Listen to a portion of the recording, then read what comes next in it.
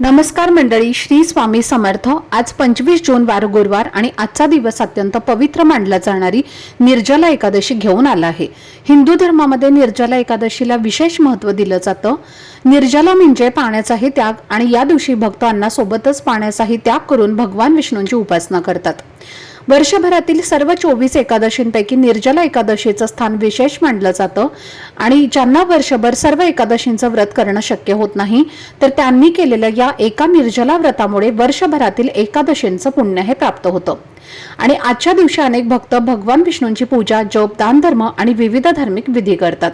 तर हा केवळ एक दिवस उपवासाचा नसून श्रद्धा आणि सकारात्मकतेचा उत्सव मानला जातो। आजच्या दिवशी झोपण्यापूर्वी हळद आणि मिठाशी संबंधित एक पारंपरिक उपाय केला जातो। या उपायामुळे घरातील नकारात्मकता दूर होण्यास मदत होते, सकारात्मक वातावरण निर्माण होतं आणि जीवनात प्रगतीचे मार्ग खुलतात। हा उपाय नेमका कसा करायचा, कोणत्या वेळेत करायचा याची सविस्तर माहिती मी एका व्हिडिओमध्ये दिलेली आहे। तो व्हिडिओ पाहण्यासाठी या व्हिडिओच्या खाली जो छोटासा त्रिकोण दिसत आहे त्यावर क्लिक करा, म्हणजे संपूर्ण माहिती तुम्हाला मिळेल। धन्यवाद। श्री स्वामी समर्थ।